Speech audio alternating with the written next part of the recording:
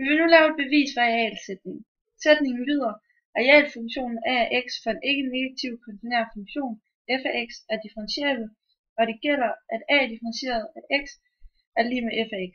Heraf følger, at en ikke-negativ kontinær funktion f af x altid har en stamfunktion, nemlig a af x. Beviset tager udgangspunkt i tretrinsreglen for differentialregning, i det vi først beregner differentialkoefficienten a af s, som er lig med delta a divideret med delta x.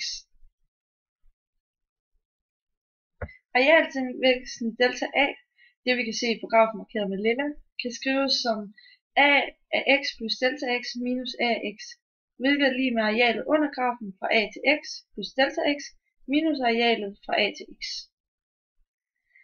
Vi vil undersøge, om differentialkoefficienten er lig med delta a divideret med delta x har en grænseværdi for delta x gående mod 0. Det vil sige, at vi gør søjlen under grafen mindre og mindre, for at se, om den har en grænseværdi, hvilket betyder, at det overskydende areal, markeret med grøn, bliver mindre og mindre. Da funktionen f af x er voksende, så må det gælde, at f af x gange delta x er mindre eller lig med delta a, som er mindre eller lig med f af x plus delta x gange delta x. Det kan vi se på grafen, da f af x beskriver højden i punktet x ganget med delta x.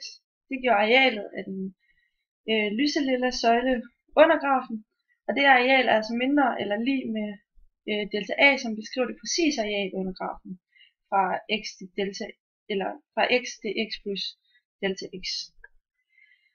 Det her er så mindre eller lig med arealet af søjlen med højden fra f af x plus delta x og bredden delta x.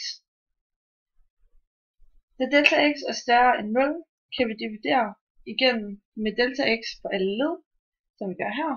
Og det her kan vi så reducere, da delta x går ud med hinanden i det første og sidste. Og når delta x går med 0, så vil f af x plus delta x nærme sig uendeligt tæt til f af x, fordi f af x er kontinuer. Og da delta a divideret med delta x ligger imellem f af x og f af x plus delta x, så må den også nærme sig f af x og dermed også nærme sig 0. Og derfor